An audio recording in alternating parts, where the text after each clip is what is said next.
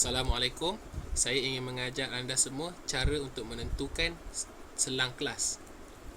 Terdapat dua langkah untuk menentukan selang kelas. Langkah yang pertama, hitung saiz selang kelas. Yang kedua, senaraikan selang kelas. Di sini saya paparkan satu formula untuk mencari saiz selang kelas, iaitu julat data yang diberi bahagi dengan bilangan kelas. Pastikan selang kelas dibundarkan kepada integer yang lebih besar dan yang terdekat. Contoh, selang kelas 4.8. Jadi, anda semua mestilah bundarkan menjadi kepada 5. Selang kelas pertama mengandungi nilai yang terkecil dan selang kelas terakhir mengandungi nilai yang terbesar. Contohnya 34 ke 38. Setiap selang kelas mempunyai saiz yang sama. Okey, saya menyediakan satu soalan untuk mencari selang kelas. Jisim kepada kilogram terdekat bagi 30 orang direkodkan seperti di bawah. Tentukan selang kelas jika terdapat 6 kelas. Okey, data telah diberikan 48 hingga 61. Okey, ini ialah jalan penyelesaiannya. Jalan penyelesaiannya ialah kita mestilah mencari nilai yang terbesar terdapat di dalam data tersebut, iaitu 67 ini.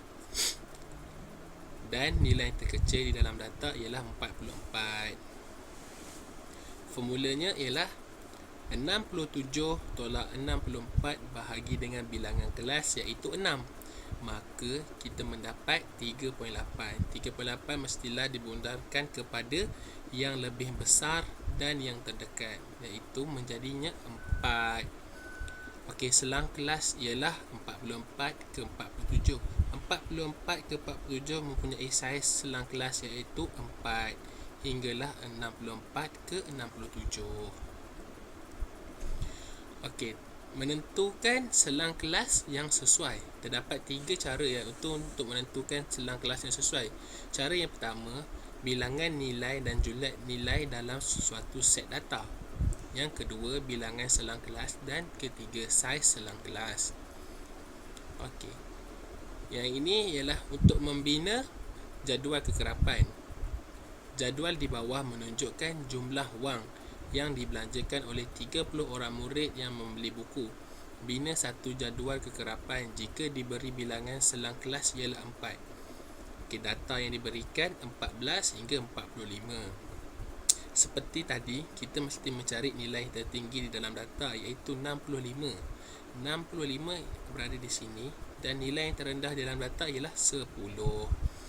Maka saiz selang kelas ialah 65 tolak 10, kita akan mendapat 55 dan dibahagi dengan bilangan kelas, iaitu 4. Maka kita mendapat 13.75. Dibundarkan kepada yang lebih besar dan yang terdekat menjadi 14. Saiz selang kelas ialah 10 hingga 23 dan 52 hingga 65. 10 hingga ke 23 mempunyai saiz sebanyak 14. Kita senaraikan saiz selang kelas. Kita meletakkan 10 hingga 23 di sini, 24 hingga 37, 38 hingga 51 dan 52 hingga 65. Gundalan bermaksud kita mencari berapa nombor di dalam data yang diberi, dalam data ini, berapa nombor yang ada di antara 10 hingga 23. Saya telah mencari dan saya telah mendapat hanya ada 2. Jadi kekerapan dia ialah 2.